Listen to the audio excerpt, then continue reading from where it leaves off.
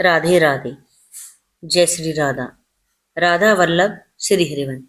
प्यारे भक्तों, आज हम रमा एकादशी जुड़ी संपूर्ण जानकारी कि हमें व्रत कब करना है और पूजा विधि क्या है, पूजा मुहूर्त क्या है, लगातार जुड़े रहें। चैनल को सब्सक्राइब करना बिल्कुल ना भूलें।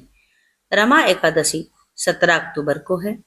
आज की वीडियो में हम जानेंगे पूजा विधि, मुहूर्त, कथा, उपाय और मंत्र।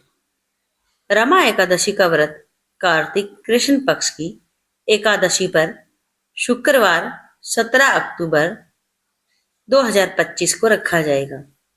इस एकादशी पर माँ लक्ष्मी और भगवान विष्णु की एक साथ पूजा करना पुण्यदायी होता है। एकादशी का व्रत हिंदू धर्म में बहुत ही महत्वपूर्ण माना जाता है। हर महीने कृष्ण पक्ष और शुक्ल पक्ष की 11वीं तिथि में एकादशी का व्रत रखा जाता है। एकादशी का व्रत भगवान विष्णु को समर्पित है।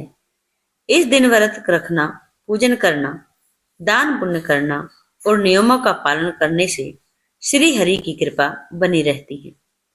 अभी कार्तिक का महीना चल रहा है और कार्तिक मास की कृष्ण पक्ष की एकादशी को रमा एकादशी के नाम से जाना जाता है।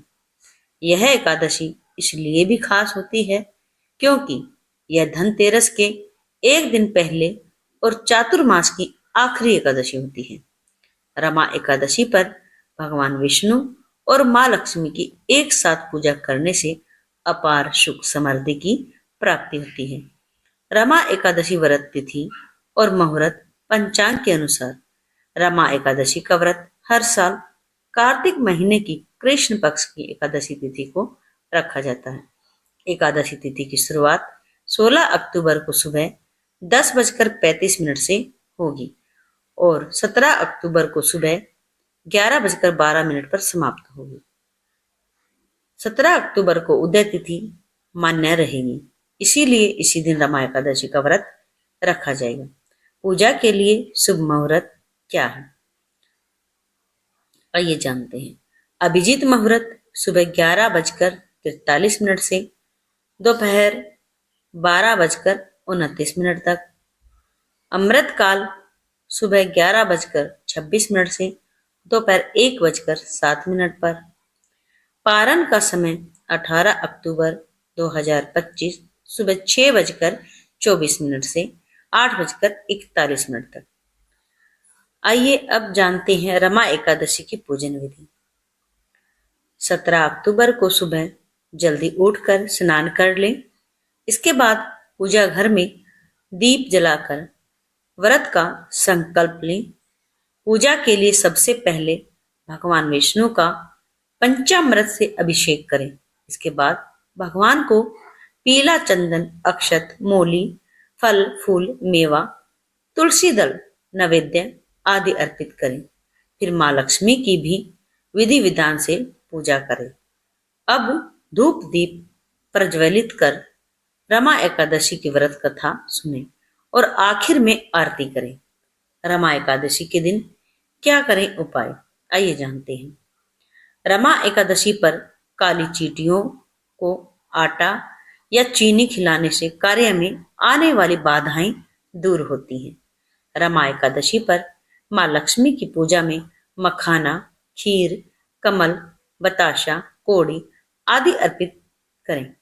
स्थायी सुख समृद्धि के लिए रमा एकादशी पर एक लोहे के पात्र में जल भरकर उसमें घी, चीनी और एक लोहे के पात्र में जल भरकर फिर उस जल को पीपल वृक्ष के जड़ में अर्पित करें।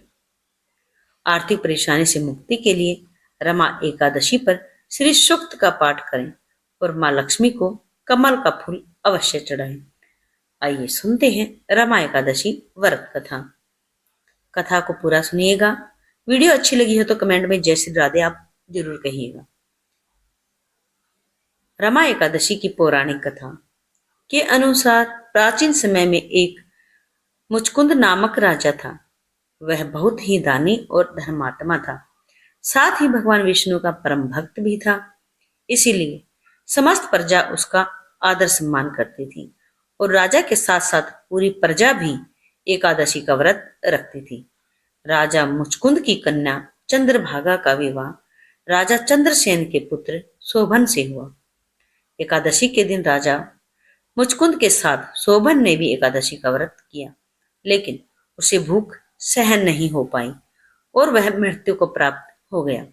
पति की मृत्यु के बाद चंद्रभागा अपने पिता के साथ रहने लगी। एकादशी व्रत के पुण्य फल के कारण मृत्यु के बाद अगले जन्म में शोभन को मंदराचल पर्वत पर आलीशान राज्य की प्राप्ति हुई, लेकिन वह अस्थिर था। एक बार मुचकुंदपुर के ब्राह्मण तीर्थ यात्रा करते हुए शोभन के दिव्य नगर पहुंचे। उन्होंने सिंहासन पर विराजमान शोभन को देखते ही पहचान लिया। तीर्थ यात्रा से लौटकर ब्राह्मणों ने चंद्रभागा को सारी बातें बताई। चंद्रभागा ने अपने व्रत के पुण्य प्रभाव से शोभन से मिलने का निश्चय किया। उसने अपनी तपस्या के पुण्य से शोभन के अस्थिर नगर को स्थिर करने का वरदान दिया। इस प्रकार रमा एकादशी के व्रत के प्रभाव से दोनों फिर से साथ साथ रहने लगे। प्यारे भक्तों, अगर यह जानकारी और कथा आपको अच्छी लगी हो तो प्लीज चैनल को सब्सक्राइब जरूर करें। जय श्री राधे।